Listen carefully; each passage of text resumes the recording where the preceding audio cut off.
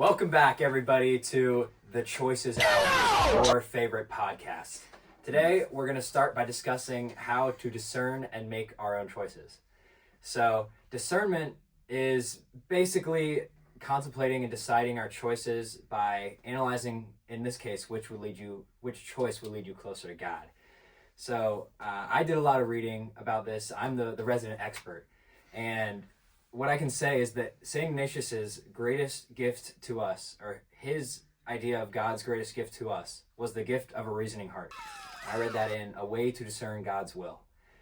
And basically what that means is that making decisions does not need to be purely from the brain. It can come from the heart too, and it should come from the heart often. And that is really a gift from God for us. So many decisions and choices are very clear from just the heart and emotions. And those choices are really important in our life. And the clear ones are called first time choices. And those are very obvious, very clear. Second time choices are a little gray. They're a little gray area. A few options might seem like they are plausible and they would be good. And those require a little more discernment. And then you have third time choices, which are the most logical and least emotional, and those are the type of choices where you would make a pros and cons list. And what we should really be thinking about when we're making these choices are the feelings of consolation and desolation. So consolation is basically like good feelings. So that's the feelings of hope, faith, and charity, anything like that.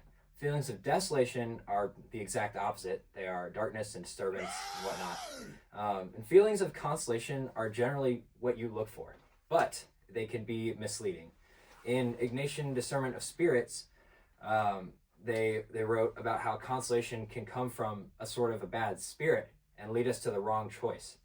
On the flip side, you can also get feelings of desolation from good spirits. And additionally, you can make bad choices for good reasons and good choices for bad reasons.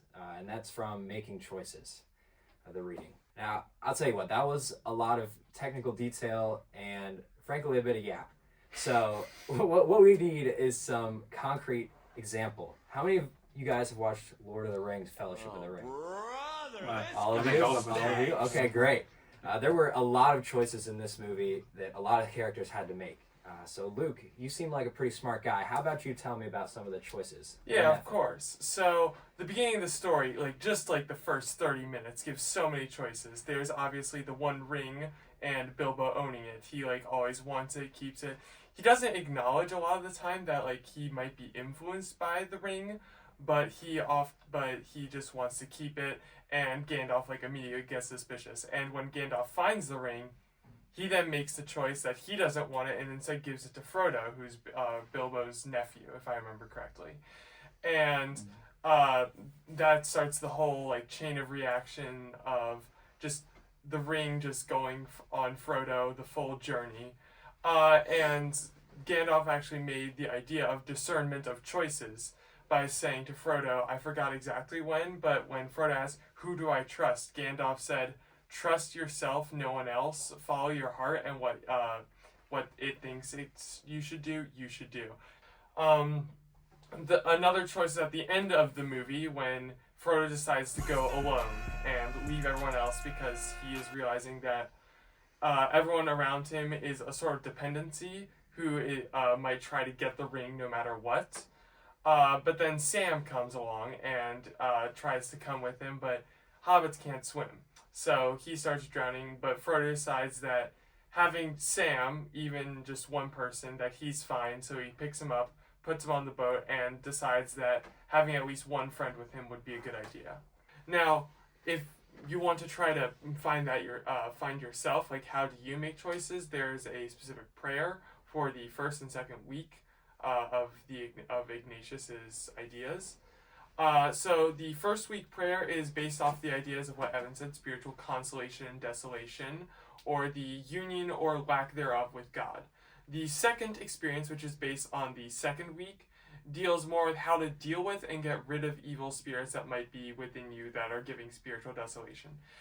Personally, for me, when I did it, it kind of made me realize that my subconscious choices are very much based on previous choices that I had. Like that can be good. Like I like to be consistent on like turning my homework in on time, keeping my grades up, or having fun with my friends. Or bad, such as like I procrastinate a good amount. I can sometimes be like to be alone. But the idea of once you do something, it keeps you in a loop, whether for good or bad. It made me realize that in general. Mm-hmm.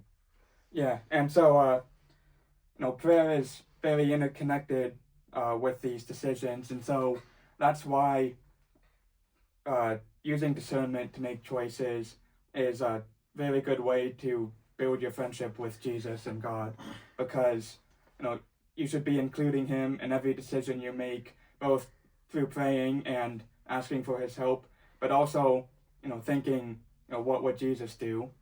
And so I mean, Jesus already chose us, before, basically since we existed, and so now it's our responsibility to choose Him, to choose what He would want, and to choose what He would do.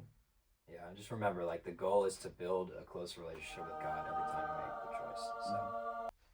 Mm-hmm. But to give a practical, real-world example of me making a choice, like this, but ultimately derived from the idea that I should be choosing what God kind of has in mind for me, is that I chose, actually, it's pretty cool, I'm wearing the quarter zip right now, but I ultimately chose to go to Miami University instead of Indiana University, because ultimately it did come down to kind of a mix of the logical and emotional aspect, right? I did make like a pros and cons list and try and discern which would be better, but ultimately I ended up landing on Miami with an extra layer of emotionality, because I kind of just I looked when I toured other campuses, I got the sense that Miami was it was a more closely knit community that I would ultimately rather spend the next 4 years of my life at.